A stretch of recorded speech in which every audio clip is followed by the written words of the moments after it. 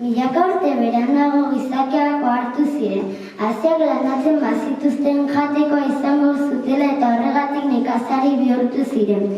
Gizakiak ehizatzeari utzi zioten eta abetzen bihurtu ziren.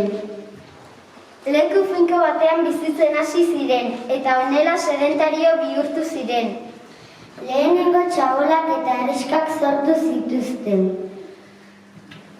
Arkeologoek metalezko eta zeramikazko objektuak aztertzen dituzte jakiteko nolakoa zen lehen gizakiaren bizimodua. Historia aro desberdinetan banatu zen. Lehenengoa historia horrearen ondoren hasi zen eta aintzinaroa deitzen da. Erreskak hasi ziren eta hiri bihurtu ziren. Araua jasotzeko asmakizun berri bat garatu zuten, idazketa.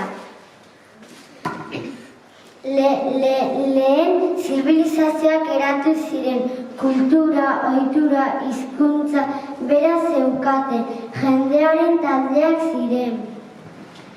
Antzinako zibilizazio importantenak egipziarren, greziarren, erromatarren eta txinatarrenak izan ziren.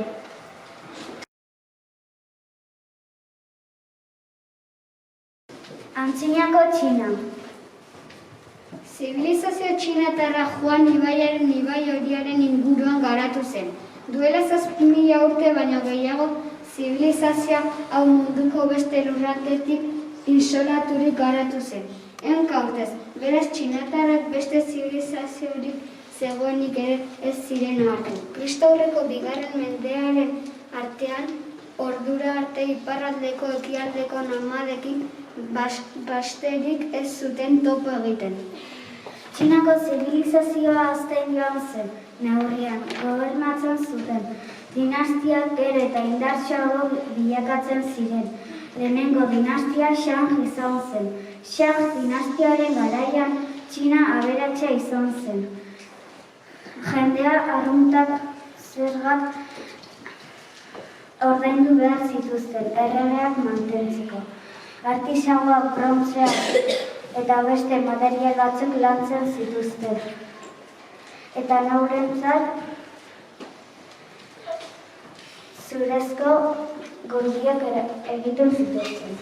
Tearen kondaira. Kondaira harrigarri batek kontatzen du. Aspaldian bizi zela Txinan enperadore jakuntsu bat. Denek asko maite zuten. Beti zintzo eta zuzen jokatzen zuelako. Eta herritar guztien onerako begiratzen zuelako. Enperadore honek Shenok zuen izena, eta medikuntzarekin zer ikusia zuen guztia ikastea maite zuen. Garai batean bere erresumako pertsona asko gaixotzen hasi ziren. Eta berak asko pentsatu ondoren denak irakina edan behar zutela erabaki zuen. Gaitza uraren kutsaduran egon zitekela susmatzen baitzuen. Enperadorari asko gustatzen zitzaion mugiri irtetea. Egun batean hosto berde eta lore zuri zituen zuhaixka baten ondan eseri zen. Tearen landarea zen. Gose zegoenez enperadoreak zo txiki bat egin eta lanpitu txiki bat jarri zuen. Gainean ura irakiteko. Orduan, haize batek zaizkatik hostoak atera eta uretara erori ziren. Handik pixka batera usain bitxi bat, baina erakargarri bat sumatzen hasi zen. Urari begirat zaizkaren hostoek kolorea aldatu ziotela ikusi zuen. Enperadoreak jakin-minak erakarrita likido hura gastatu zuen. Eta konturatu zen zapore oso atsegina zuela. Eta baita energia gehiago ematen ziola ere. Egun horretan, Shenok enperadoreak tea aurkitu berriz zuen.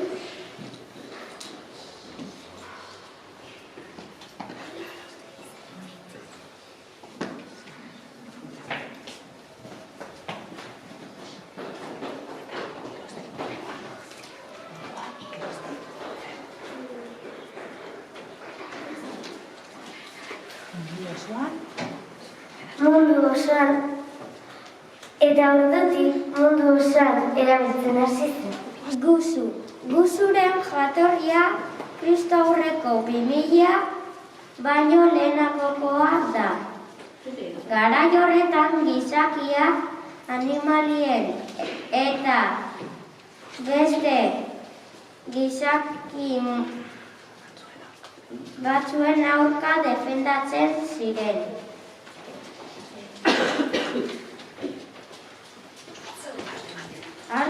Arte martziala esan nahi du.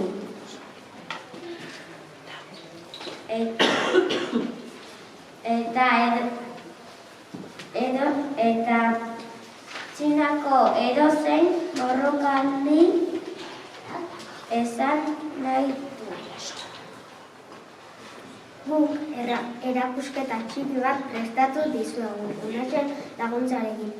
Etorri momentua salto gela. Eta ditu zuen.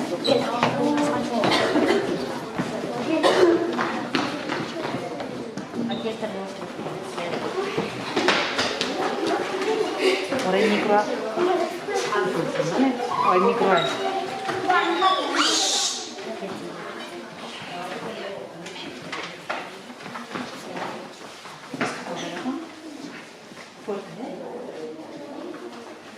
Guzun eta beste arte martzialetan erabiltzen den agurra erakutsiko dizuegu. Ostura irmari eutsi behar zaio, hanga elkartuta. Eskuineko eskua ukabian jartzak indarra simbolizatzen du, eta ezkerreko eskua aurrean izateak adimena erakusten du. Ukabilaren gainean jartzean da behatzak aurrerantz dituela.